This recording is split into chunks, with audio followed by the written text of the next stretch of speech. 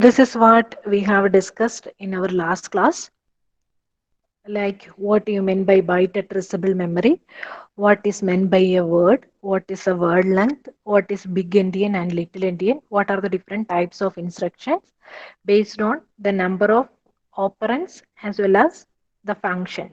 So based on functions, we were having data transfer instruction, arithmetical and logical instruction, input output operation, as well as branching or sequencing. So that are the different types of instruction.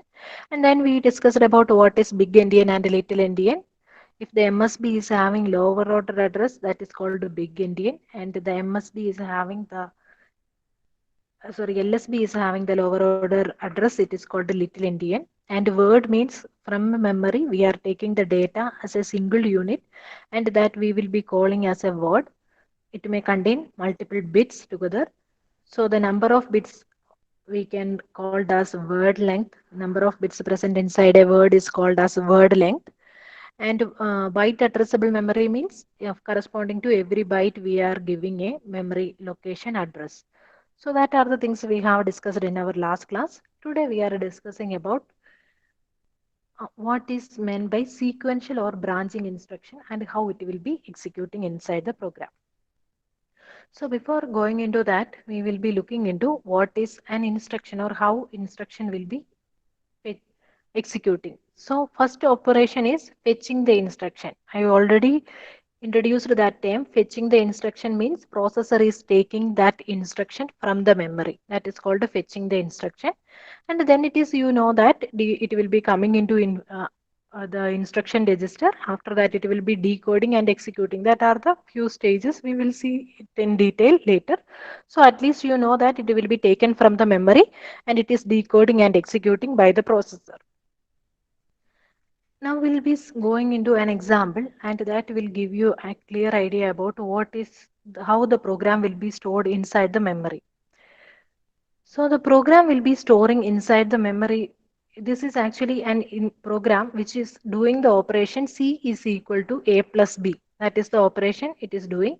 A is also, it's not a general purpose register. So A is representing a memory address. B is also representing a memory address, and C is another memory address. So what is this operation will be doing? Whatever be the content of A, that is A is assuming like 1,000. So whatever be the content of A and whatever be the content of B, B is assuming like 2,000. So both the address content will be taken and it is adding, and result will be storing in another address that may be 3,000 or something. So this is what the operation completely it is doing. So first itself you are having the instruction corresponding to doing this operation. So the instructions are kept in the program segment part. We know that memory will be having two part. One is the instruction and another one is data. That is in the first class itself I mentioned you. So one is instruction and one is data will be present inside the memory. So these are the instruction for doing the operation, and the data required for doing this operation is stored in the data part. So you can see A is transferring. What is this move A comma R0 instruction is doing? Move A comma R0 instruction, what it is doing? The content of A address will be copying into R0. So whatever be the A address, so that is coming into R0. Next is add B comma R0. So what will be happening? Add B comma R0. The content of B will be added into R0 and the result will be storing into R0. So B is another memory location. So in A, you are having the value 10. So when it executed the first instruction, it was stored in a R0 with value 10. And then add B comma R0 means whatever be the B content, assuming that 20 is the value present in B. So that will be added to R0. So total 30 will be the value. And then move R0 comma C. So whatever the R0 content will be taken and it will be storing in C. So C will be keeping the value 30. So here actually the program has executed one by one, like how your C programming is executing. First line will be executing, and then the second line, then the third line, like that the program has executed. So the address has mentioned like I, that is assuming that each instruction is 4 bytes of memory, or one word is equal to 4 byte. That means one complete instruction is taken together from the memory to the processor, and then it is decoding and executing. That is our assumption. That's why first instruction is stored in ith address and second instruction. So for storing the one instruction itself has taken 4 bytes. So the next instruction will be stored in not I plus 1, because we are assuming that each instruction needs 4 bytes of memory. So next instruction will be I plus 4. Next instruction will be I plus 8. If one more instruction is there, that is will be in the I plus 12, because we are assuming that each instruction is taking 4 bytes of memory for storing. So that way, but when the program was started executing, first ith instruction is executed, then the next instruction, that is I plus 4, is executed, then the next instruction I plus 8 is executed. So this is actually executing sequentially, and that is the example of called as straight line sequencing. So only two questions you may get from whatever we are discussing from today. One is what is the difference between a straight line sequencing and branching instruction. Second question is what is conditional code flags. That are the two questions you may get. So what is meant by straight line sequencing? The word itself will be giving you the complete idea. Straight line sequencing means first instruction, then the next instruction, like that, without any program counter will be always increasing to the next immediate instruction without any branching or without any condition checking. So that is called the straight line sequencing. What is straight line sequencing? The program counter will be increasing. Once it has executed or fetched one instruction from the memory, program counter will be automatically increasing to the next immediate instruction, and it is trying to execute the next instruction. Once the second instruction got over, third instruction will be fetching and it will be decoding and executing. That way the process will be continuing. Look into this example and you tell me what is the action it is planning to perform. Move num1, already you know the instruction what move will be doing, what add will be doing. So based on that you tell me what is the action this instruction will be doing.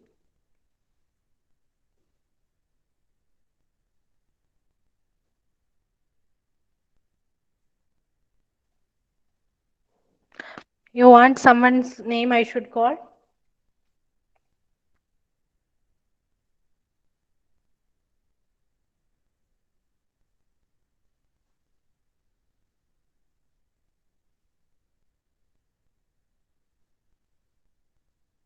Tarun?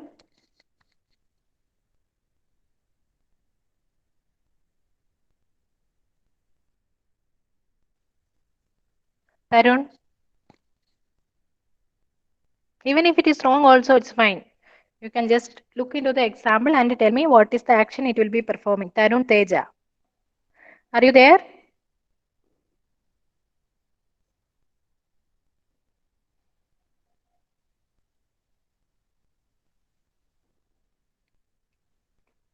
Yes, ma'am. Okay. You just tell me what should be the action this code will be doing?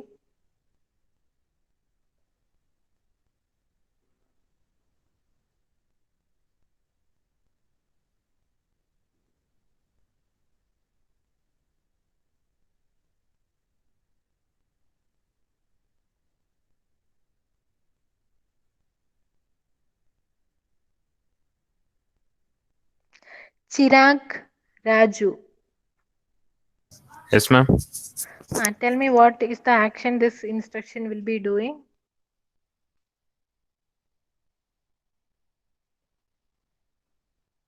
What Ma'am, will don't. happen?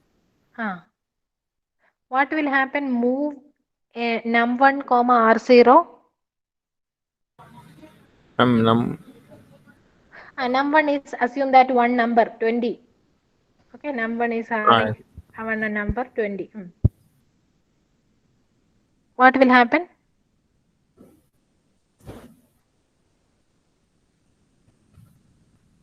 Uh, What what this instruction will be doing? Move num1 comma r0. Num1 is having value 20. ma'am, will it move It will move to where? or not? Ah, okay, so first R0 is the register you are having. So num1 is a memory location. So from num1, your register R0 will be keeping. the value that is num1. Whatever be the num1 value, that is 20, will be keeping. Then after that, add num2 comma r0. Add num2 comma r0. Num2 is another number, assuming that 10.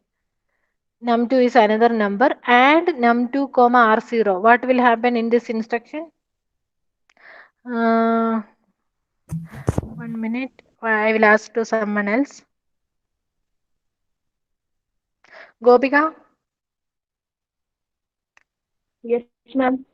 Gopika, can you tell me what will happen? Add num2 comma r0. Ma'am, num2 will get added to num1. Num1. And result will be storing Yes, to? ma'am. Num3. No. Look into this instruction and tell me what will happen. What this instruction will be doing?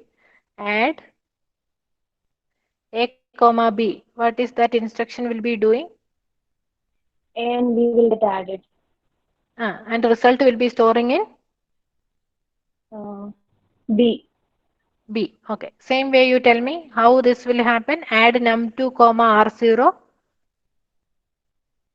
And the result will be stored in R0. R num2 and r0 will be adding and result will be storing in r0. So I assumed R0. that num2 is equal to 10.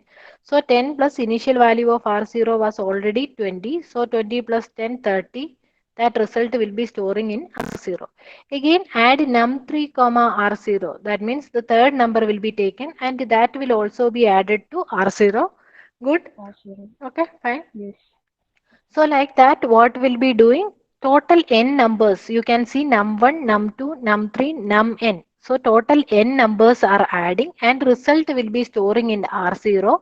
And finally, whatever be the total n numbers sum will be taken and storing in another memory location called sum. So you can see sum is a memory location. So there the total result will be all the n numbers will be added and the result will be storing. So this is the data part what you are having and this is the instruction what you are having.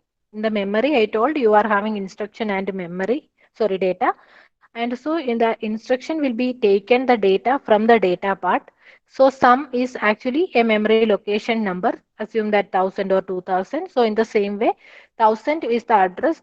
So whatever be the content of R0 will be moving to 1000 memory location. So total result, if it is 100, so the total 10 numbers will be added. So the result will be 100. So that will be transferred to the sum variable. So this is actually finding the sum of n numbers and the result will be storing in a variable. So this is an example of a straight line sequencing. So when they are asking about a straight line sequencing, you should write an example also. Like this, you should mention one example also. So you can mention like first statement I will be executing, next I plus 4 will be executing, then I plus 8 will be executing. Like that all the instruction one by one will be executing. So when it needs a particular operand, that operand will be present inside the memory. So it will be coming and looking into where is the num1 and from the num1 the data will be taken and processing. So this is about a straight line sequencing. Now we'll be seeing what is meant by branching. So what is branching? Uh, when I was taking your data structure lab, I told you when you are having a similar task repeatedly, if you are doing, you will be using any of the looping structure like a for loop, while loop, any looping structure you will be using. In the same way, even in the assembly language also you will be having a looping structure. Only very few instructions we are studying.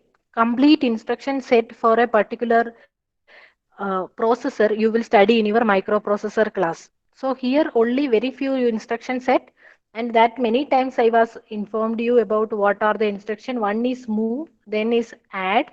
Based on that, most of the instructions the examples we are explaining. So the complete instruction set for a specific processor we are not discussing in this subject. That will be a separate subject in your higher semester. I think fourth semester you are having. Okay, so this is move instruction. What is doing? I think everyone knows. Whatever be the first source will be moving to the destination. And add instruction, what it is doing that you have studied. Other than that, if something is and clear instruction is also there, that like that few instructions we will be discussing in our complete syllabus. We are not discussing all the assembly language programming code. So don't worry about how this code will be looking like. You just study only one or two instruction. One is move instruction, one is add instruction. This is actually a branching statement. You tell me what will be happening here. The same operation it is doing, because what is the repeated task we are doing in this sequential thing? Adding taking a next element and adding to the current content of R0. That is the repeated work I am doing till at this point. So always taking the next immediate element, and that will be added to the current content of R0. This is the repeated things I have performed in n minus 1 time. So what I can do is the same operation I can put inside a looping structure so that that task will be performed repeatedly. So how can we do that? That is what we are checking in the branching statement. Can see move n comma r1. R1 is n is what? N is mentioned like how many number of integers are present for adding. So that assume that I want to add 10 numbers. 10 numbers I want to add. That means I am having number 1, number 2 like that up to number 10. So these are the 10 numbers I am having. So I want to add these 10 numbers. These are the 10 numbers I am having. So first itself to R1 register, I am keeping how many number of integers I want to add. So I kept the value as 10. So 10 integers I want to add. Clear R0. So initially clear R0 means your R0 register is not having any content. Putting the value 0. Next, what is the repeated thing it was doing? It was doing determine the address of the next number and add the next number to R0. So the number will be starting from num1. So first address will be taken and it will be added to R0. Similarly, next number will be taken and then that will also be added to R0. Like that, that process will be continuing. When the first element or the num1 has taken, you are decrementing the value of R1. So when you are added the num1 element to R0, num1 is having the value 10. In the previous example also we kept the same value. So num1 is 10. That means the 10 is added to R0. That time what will happen? Your R1 value, that is the total number of elements, will be reducing by 1. So 10 will be reduced to 9. Then the next number will be added inside the loop, because this is the statement you are having decrement R1. So R1 value, when you are taken and added the result into R0, that moment itself you are decrementing R1. R1 value has reduced. Next statement is new for you, branch greater than 0 loop. So what is that statement will be doing? Branch greater than 0. Branch value is greater than 0 if your R1 is having a positive value. Once again, please listen. Branch is greater than 0 if your R1 is having a positive value. If your R1 is having the value 0, your branch variable will also having the value 0.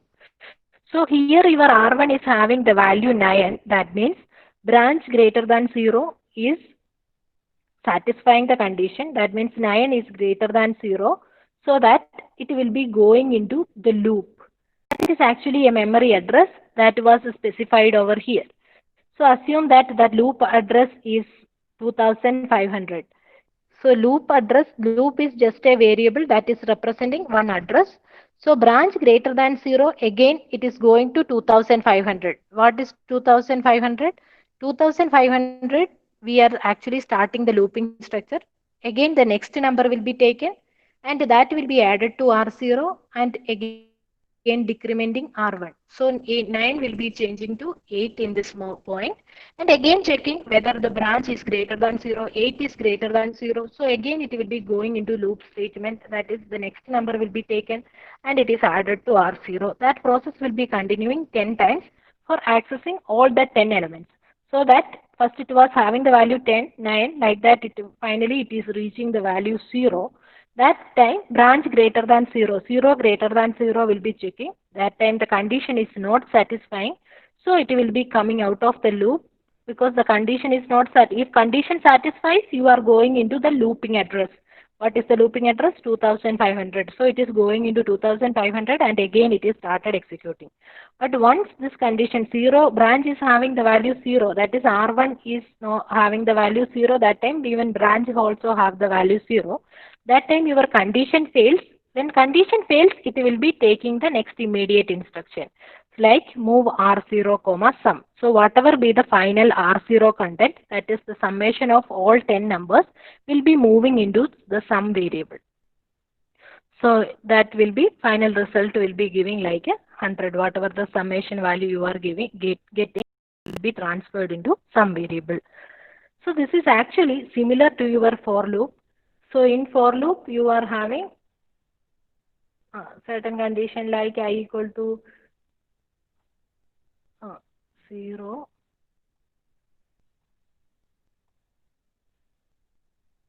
I less than 10,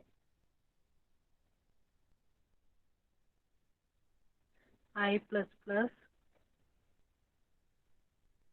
Inside that you are doing certain operation. So when your I is having the value 10, that time the condition is not satisfying, so the statement after that will be executing. In the same way, if the condition checking part will be here, so branch is greater than 0, that means R1 is having a positive value. You need to process for few more elements. That is the meaning. So that time again it is going into the looping structure and it will be executing the same set of statement. But once this condition fails, it will be coming out and started executing the next statement. In the same way, even we have written the assembly language code also. Here two things you should remember. One is branch target. That word what it is mean. So when the branching condition is satisfying, where your control is going, where your program counter will be going to start executing the instruction. That loop, whatever is mentioned in the example, is called as branch target. Next is the conditional branch. Here, based on a certain condition, the statement will be whether it will be going into the next immediate instruction or it is going into the looping structure is deciding based on certain condition. So it is called as conditional branch. Are you clear with what I am telling? Anyone have any doubt? Please ask me.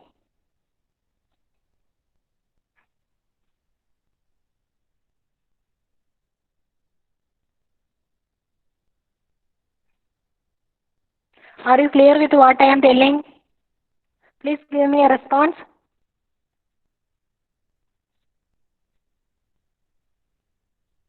Yes, ma'am. In chat box. Odd number and R0 then. Only one S.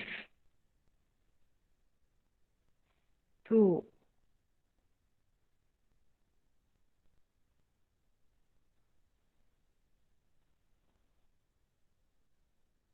Okay. If anyone is having doubt, you ask me now itself. You don't worry about what others are thinking about you. You just leave it. You are paying, so you have the right to ask. Okay, then I will be moving into the next. So that is only two things we have to study. That is straight line sequencing, one example, and branching, what is it and how it will be working, one example. Any example you can study. It is not mandatory to study the same thing, but it should be correct. Next is conditional codes. So what do you mean by conditional codes? The processor keeps track of the information about the result of various operations for the use by subsequent conditional branch instruction. So what is exactly it is telling? Processor wants to know what was happened after a specific operation. Maybe it was doing an arithmetic operation or a logical operation or any operation it is performing inside the processor, inside the ALU unit. Processor wants to know what was the result of that processing. So for that, what it was doing is it will be keeping a set of 1-bit flags. So it is called flags. I don't know whether you have heard these terms or not. Flag is just a single bit. For example, few flags names I will tell. It is called 0 flag. 0 flag is just a single bit. 0 flag is just a single bit. that single bit will be set to 1 or 0. Single bit means either 0 or 1 it can store. There is not possible to store any other value. Only one bit location is called. If that location is called as flag, based on the result of the operation, if for example ALU is adding two numbers or comparing two numbers, you assume that your ALU is comparing two numbers. One is A and another one is B. So two numbers it was taken into the ALU unit and it wants to compare whether both will be having same value or not. How can it compare both will be having same value? What ALU unit has decided is A minus B will be doing. So if the result is equal to 0, it means that both the numbers are same. So what if the result of the operation is 0? If the result of the operation is 0, automatically your 0 flag will be set to 1. Set to 1 is means that after the processing, it find out a 0 value. For example, A and B are different number. A is equal to 10 and B is equal to 3. So A minus 3 is performed and it got the result 7. That time you didn't find out a 0 value after the operation. So that your 0 flag is not set to 1, it will be 0 only. So like that, different flags will be there. So instead of checking always the result of the processing, processor can directly check what is the status of this 1 bit location. So if that 1 bit location is 1, it means that whatever the result it got was a 0. Similarly, we will be having a set of other conditional codes also. This is the, we'll see a few examples, then we'll get to know. This is accomplished by recording the required information in an individual bit. It is just a single bit and that is called conditional code flags. We'll look into it. These are few commonly used flags. This was asked for 4 marks or something, once or twice. But it is very easy for getting the marks. You can just write if you understood that what is this conditional code flag. It will be asking, write about conditional code flags. So if you add this for statement, you will get full mark also. So what is this conditional code flag? After the specific operation in the ALU, processor wants to check what was the result. So mainly one flag already I informed you, that is 0 flag. It will be set to 1 if the result of the operation is 0. Once any operation it may be, so what the result what we got is a 0, then 0 flag will be set to 1. Otherwise, it will be 0. What is the negative one? Negative flag. Negative flag is telling like if the result of the operation is a negative number, then which flag will be set to 1? Negative flag will be set to 1. Set to 1 if the result is a negative value. Otherwise, if it is a negative value, it should be set. Set means it will be keeping the value 1. Otherwise, it is keeping the value 0. Next is overflow flag. These, other than that, a lot of other flags will be there. And these are few common flags that is available in almost all processors. So we are not specific to any particular processor. I told you when you are studying microprocessor exactly specific to a processor, you will study. Now we are just telling like these are the things was present in almost all processors. So this is another one, overflow flag. What you mean by overflow flag is if you are multiplying two n bits numbers. For example, you are having a 2-bit, two numbers will be there. So the result of this, if you are adding two numbers, maximum you will be getting 2 bits will be added. For example, 1 1 and 1 1 you will be adding. So the result will be 1 plus 1, 0. The result will be 1, 1 plus 1 plus 1. So this is 1 and this is again 1. So this is the carry. So this is the carry you are getting. So when you are doing an operation, if you get a carry value, that time your carry flag will be set to 1. That's why set to 1 if the carry out result from the operation. If carry is not there, instead of that, if here you are having 0 1, then you were not having any carry. 1 1 0 and 1 1.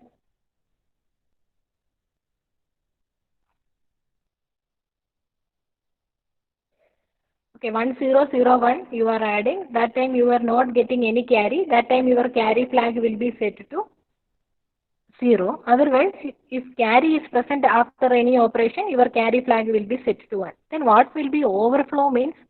See, overflow means this is just about one carry. Instead of that, if you are trying to multiply two numbers, two 2 bits numbers or two n bits numbers, generally we can tell two n bits numbers, result is not fit in any of the n bit number.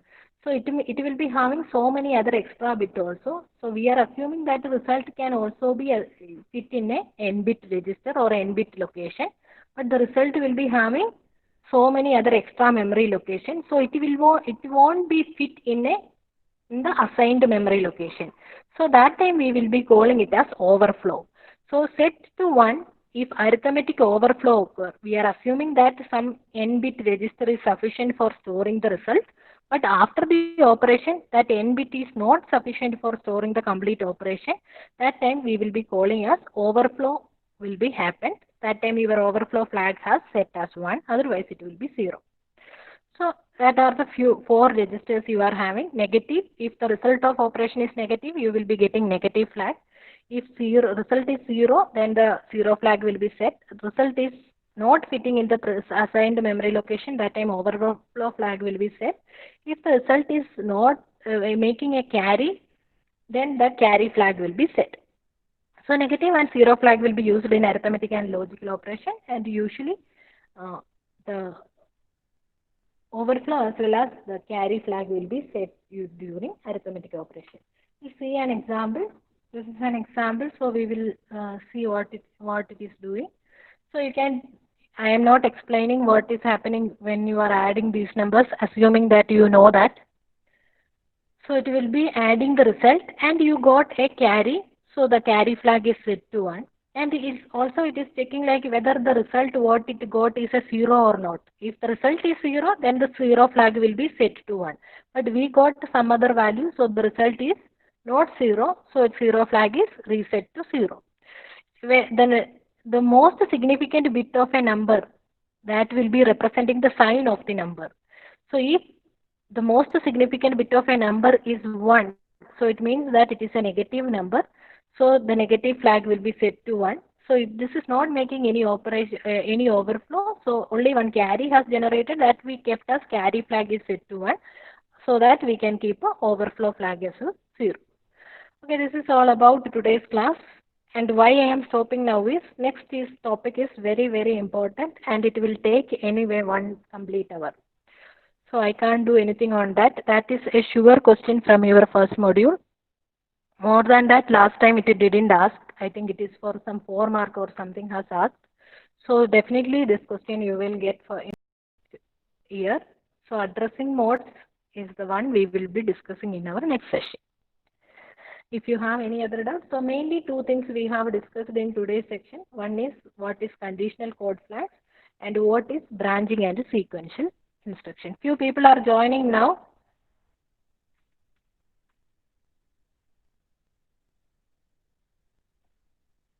Okay, so this is all about today's session. So in the next class, we will be discussing about what is addressing mode.